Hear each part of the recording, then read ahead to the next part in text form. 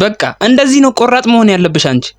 ካሁን በኋላ እቤትሽ ቡርኬን ብለው ዘው የሚሉትን ሴቶች እንደዚህ ነው ማስቆም ያለብሽ። ማንነትሽን ማሳየት አለብሽ። እንደዚህ እንደናቁሽ አይቀሩም ሁሉ። እንዲህ ማንነትሽን ማሳየትሽ በዛሬው ዕለት በጣም ነው ደስ ያለኝ። ቤቱ እኮ የሃይሚ ነው። አንቺ ቆይ ትንሽ እንኳን ለክብርሽ ትንሽ አይሰማሽም? ትንሽ አይደብርሽም እንዴ?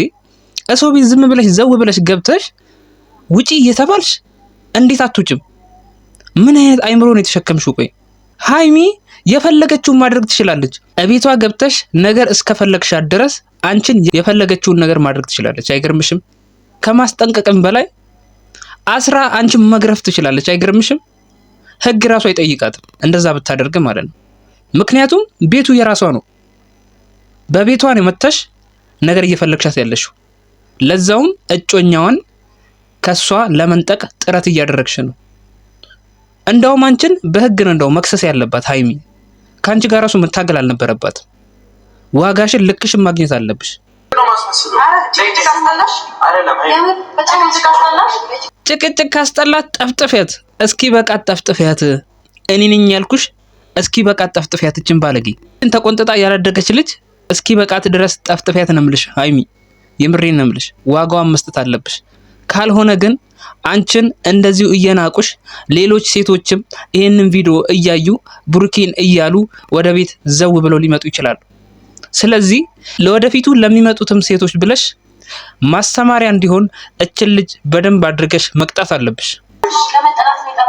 እና ታዲያ ካንቺ ጋር ቁጭ ብላ ቁም ነገር እንድታወራ ነው የፈለግሽው? ነው ቡርኬን መልሽልኝ አትመልሽልኝ እያለች እንድታወራሽ ነው የፈለግሽው? ምን አስበሽ ነው አንቺ ሲጀመር እዚህ ቤት የመጣሽው? ነይ ስትባይ በክብር ተቀብላሽ አስቀምጣሽ ቡና እንድታፈላልሽ ፈልገሽ ነው? እስኪ ተናገሪ። ሃይሚ ቅጥቅጥ ብታደርግሽ መብቷ ነው። ምክንያቱም የገዛ ቤቷ ውስጥ ነው የመጣሽው። ስለዚህ ምክንያታዊ ነሽ ማለት ነው የፈለገችውን አንቺን ብታደርግሽ። ሃይሚ ያልሰጠችን ሃይሚ እንደዚህ ያጎደለችብን ሃይሚ ምናምን አንቺ ሃይሚን የታውቀሻት ነው? ሃይሚ ያጎደለችብህን እኔ ሞላልሃለሁ እምትዩ አንቺ ማን ነሽ? ሃይሚ ምን እንዳጎደለችበት ምን ታውቂያለሽ? ምን ታውቂያለሽ ንገሪኝ እስኪ። አንቺ በሰው ህይወት ውስጥ ዘው ብለሽ ቡርኬ ፊት ስለሰጠሽ ብቻ ዘው ብለሽ እምትገቢው አንቺ ማን ነሽ? ምን አይነት ባለጌ መረን ብትሆኝ ነው? ሃይሚ ምን እንዳጎደለችበት ከቡርኬ አንቺ የምታውቂው ጉዳይ አለ? ከነሱ ጋር ኖረሻል ወይ? ከካሜራ በስተጀርባ የሚያወሩት ነገር ሊኖር ይችላል። አንቺ ያንን በምን አውቀሽ ነው ሃይሚ ለብሩኬ የሆነ ነገር አጉላበታል ብለሽ የምታስቢው? አንቺ ማንሽ እንዴ? ህይወቷን እንደፈለገች አድርጋ መምራት የምትችለው ባለቤቷ እኮ ነች።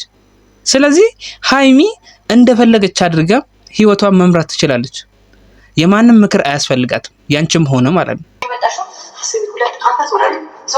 ብሩኬ አንተ ቆይ ምንድነው? የምን ቤት ነህ? ሃይሚ ራሷን ታስከብርበት እያልኩ ነው ያለሁት። ተደፍራለች፣ ደፍራታለች እቺ አብሳላት የምትባለች።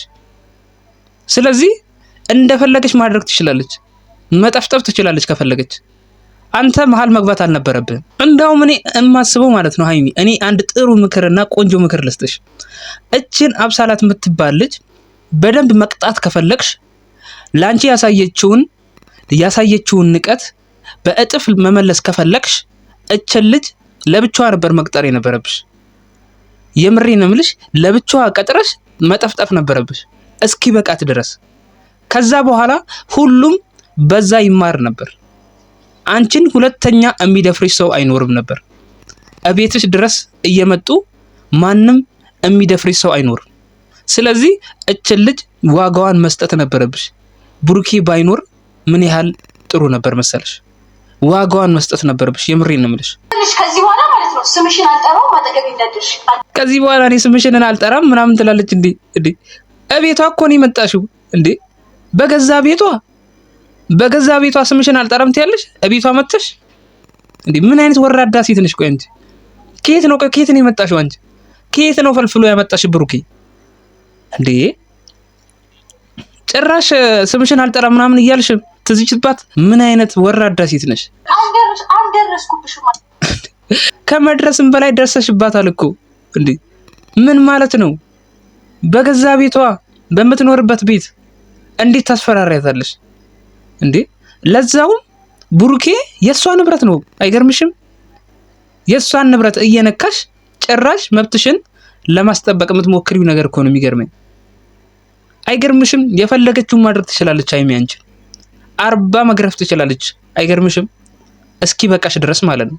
ላስጠነቅቃት ክብር እንዴት እንደሆነ ላሳያት ነው እኮ። ምን ነው ውድና የተከበራችሁ የጨረቃ ፋሚሊ፣ የሰው ጭንቀት የሚያስጨንቃችሁ፣ የሰው ደስታ የሚያስደስታችሁ ውድ የሀገሬ ልጆች እንዴት ናችሁ? ሁሉ ሰላም? እኔ ጋር ሁሉ ሰላም። ማስጠንቀቅሽ ልክ ነው። ምክንያቱም ድጋሚ እዚህ ቤት መምጣት ካሰበች ያንቺን ጥፊ እንድታስታውስ ማድረግሽ በጣም ጥሩ ነው። ምክንያቱም ወደዚች ቤት ድርሽ አትልም። ድርሽ እንዳትል ማድረግሽ በጣም ጥሩ ነገር ነው ያደረግሽው። ከዚህ በላይ ግርፍ ብታደርጋት እኔ ደስ ይለኝ ነበር በበኩሌ ማለት ነው።